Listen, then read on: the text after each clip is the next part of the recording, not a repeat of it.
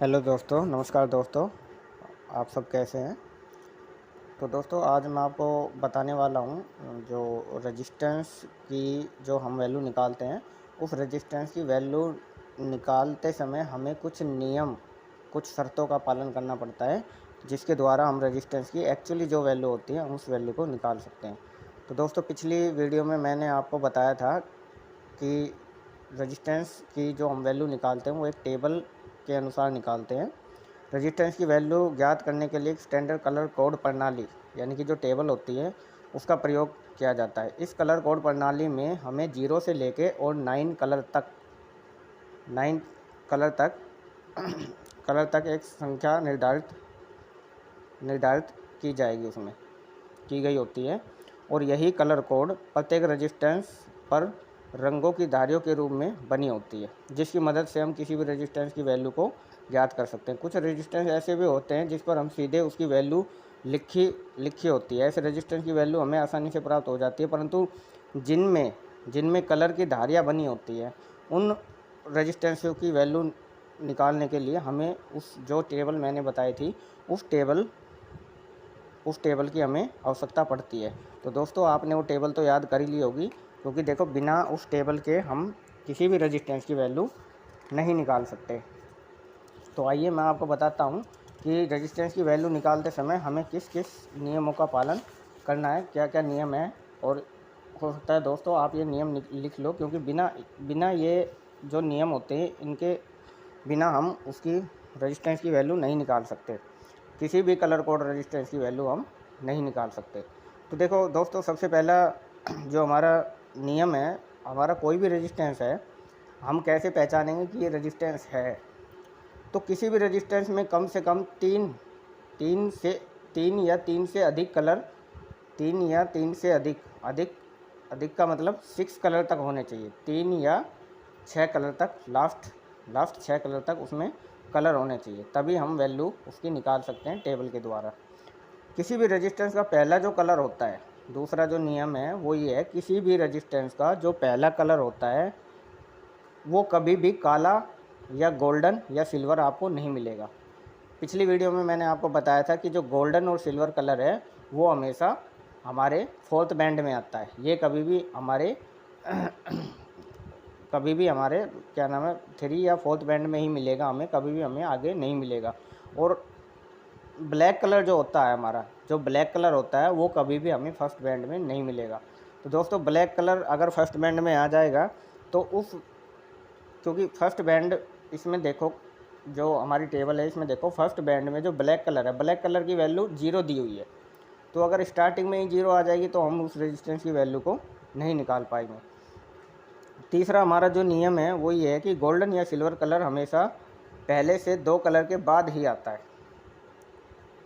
जो मैं अभी बता रहा था आपको, गोल्डन और सिल्वर कलर जो है हमेशा पहले से 2 कलर के बाद ही आता है। तो दोस्तों ये नियम आपने याद रखने हैं। और जो चौथा नियम है, इसका चौथा नियम ये है कि 4 बैंड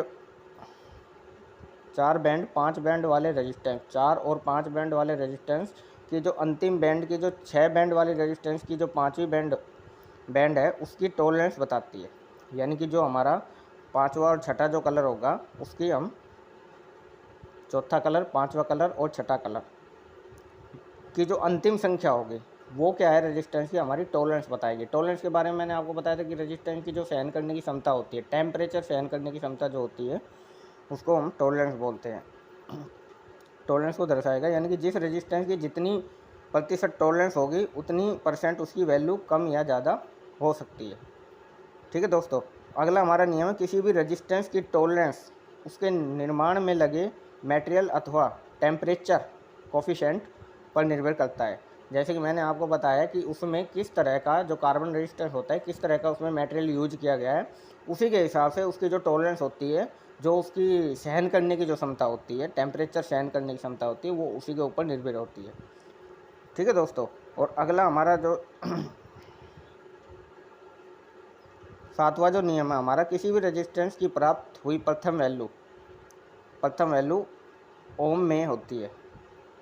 फिर रेजिस्टेंस की यूनिट के अनुसार kilo ohm, mega ohm kilo ohm, mega ohm में उसको कन्वर्ट किया जाता है। जैसे कोई भी रेजिस्टेंस है, हम उसकी जो वैल्यू निकालेंगे टेबल के द्वारा, जो हमारी वैल्यू होगी वो हमारी सबसे पहले ओम में आएगी। अगर उसको जैसे मैंने आपको बताया था 10 से डिवाइड कर देते हैं या 100 से डिवाइड कर देते हैं और क्या नाम है 1000 से डिवाइड कर देते हैं, तो किलो ओम, मेगा ओम में उसकी वैल्यू आ जाएगी। ठीक है दोस्तों, तो ये कुछ नियम हैं जो हमें याद रखने पड़ते हैं। तो आइए मैं अब आपको बताऊंगा फोर्थ बैंड वाले जो रजिस्टेंस होते हैं उसकी वैल्यू को हम कैसे निकालेंगे। फोर्थ बैंड वाले रेजिस्टेंस में सबसे पहले 2 कलर की जो वैल्यू होती है वो जो की तो रखी जाएगी। जैसे मान लो फर्स्ट बैंड में, जैसा कि आपको वीडियो में दिखाया जा रहा है, जो फर्स्ट बैंड में जो 2 कलर होते हैं, जो 2 कलर हैं उनकी वैल्यू जो कि तो ही रखी जाएगी। लेकिन जो तीसरा हमारा जो बैंड है, जो तीसरा हमारा बैंड है, मल्टीपल जो बैंड होता है, तीसरा हमारा जो बैंड होता है तथा चौथे बैंड में उसकी टॉलरेंस बताती है, चौथे बैंड में उसकी टॉलरेंस बताएगी। 4 कलर वाले बैंड वाले रेजिस्टेंस में यदि तीसरा कलर काला हो तो उसकी संख्या नहीं ली जाएगी। एक नियम हमारा ये भी है, अगर रेजिस्टेंस हमारा 4 बैंड का है और उसमें 4 कलर वाला जो रेजिस्टेंस है, अगर उसमें तीसरा कलर हमारा ब्लैक आ जाता है तो उस ब्लैक को हम काउंट नहीं करेंगे। दोस्तों ये एक नियम है, ये आप लिख सकते हो। अगर 4 कलर वाले बैंड में तीसरा कलर अगर ब्लैक आ जाता है तो उसको हम काउंट ही नहीं करेंगे, सिर्फ 3 कलर की वैल्यू निकालेंगे, फर्स्ट, सेकंड और फोर्थ में जो होगा उसकी। ठीक है, उसकी वैल्यू को हम काउंट नहीं करेंगे। अगर मान लो जैसे हमारा 2 2 2 2 यानी कि रेड रेड ब्लैक और गोल्ड है, रेड रेड ब्लैक गोल्ड हो गया, तो उसमें क्या करेंगे हम, ब्लैक को हम लेंगे ही नहीं, ब्लैक को हम काउंट ही नहीं करेंगे। उसमें हमारी जो वैल्यू हो जाएगी वो वैल्यू हो जाएगी हमारी 22 ओम की। ठीक है जी। अब अगला जो है हमारा 5 बैंड वाले के लिए सबसे पहले हम 3 बैंडों की जो संख्या है वो ज्यों की त्यों रखेंगे। जैसे हमने फोर्थ वाले में 2 बैंडों की संख्या ज्यों की त्यों रखी थी, तो इसमें हम क्या करेंगे, 3 बैंडों की जो संख्या है वो वैसी की वैसी रखी जाएगी जैसी उसमें है। चौथे बैंड वालों को हम मल्टीपल उसको कर देंगे, यानी कि जो चौथा बैंड होगा उसको हम उससे मल्टीप्लाई कर देंगे। तथा 5वीं बैंड उसकी टॉलरेंस बताती है, यानी कि सेम वैसे ही है जैसे फोर्थ बैंड निकलता है वैसे 5 बैंड की वैल्यू भी वैसे ही निकलेगी। ठीक है दोस्तों, ये इसके नियम है, ये नियम आप लिख सकते हो, बिना इन नियम के आप किसी भी रेजिस्टेंस की वैल्यू नहीं निकाल पाएंगे।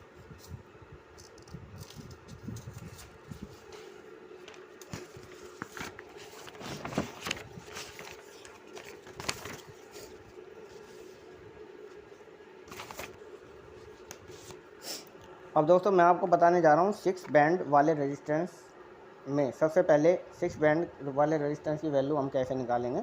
6 बैंड वाले रेजिस्टेंस में सबसे पहले से 3 कलर वाली संख्या जो की त्यों रखी जाएगी। जैसे 5 बैंड में थी, जो की त्यों रखी जाएगी, 3 पहले जो फर्स्ट वाले जो 3 कलर हैं उनकी संख्या जो की त्यों रखी जाएगी। चौथे बैंड को मल्टीपल होगा, 5वां बैंड उसकी टॉलरेंस बताएगा और छठा बैंड उसकी टेम्परेचर कोफिशिएंट बताता है। आगे दोस्तों समझ में, जो 6 बैंड वाला हमारा, लेकिन जो सबसे ज़्यादा हमारा यूज होता है सर्किट में, जो सबसे ज़्यादा हमारा यूज होता है वो रेजिस्टेंस होता है हमारा 4 बैंड का। 4 बैंड का रेजिस्टेंस सबसे ज़्यादा हमारी सर्किट में यूज होता है।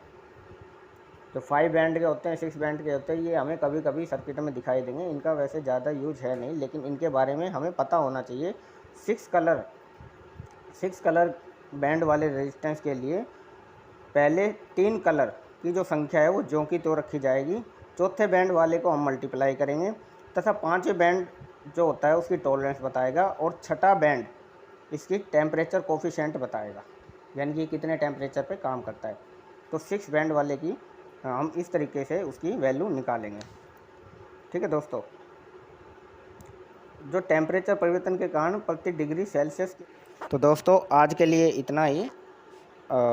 अगली वीडियो में मैं आपको प्रैक्टिकल करके दिखाऊंगा और रेजिस्टेंस की जो वैल्यू है मल्टीमीटर से चेक करना बताएंगे आपको कि मल्टीमीटर से हम रेजिस्टेंस की वैल्यू को कैसे चेक करेंगे और हम कैसे पता लगाएंगे कि ये सही है या ख़राब है। तो कंटिन्यू आप हमारे वीडियो को देखते रहिए और लाइक और सब्सक्राइब कर दीजिए, जिससे कि आपको नोटिफिकेशन मिलता रहे। नोटिफिकेशन घंटे पर अपना अंगूठा दबाइए, जिससे कि आपको सबसे पहले जो मेरी वीडियो आए आपको नोटिफिकेशन मिल जाए और आपको सीखने का मौका मिल जाए। ठीक है जी। देखो यहाँ पे आपको चिप लेवल कराया जाएगा शुरू से लेकर लास्ट तक। तो चिप लेवल के लिए, कंप्यूटर चिप लेवल के लिए सबसे पहले क्या करना होता है, हमें बेसिक इलेक्ट्रॉनिक्स, बेसिक कंपोनेंट के बारे में नॉलेज होनी चाहिए। वही मैं आपको बता रहा हूँ। ठीक है दोस्तों, धन्यवाद।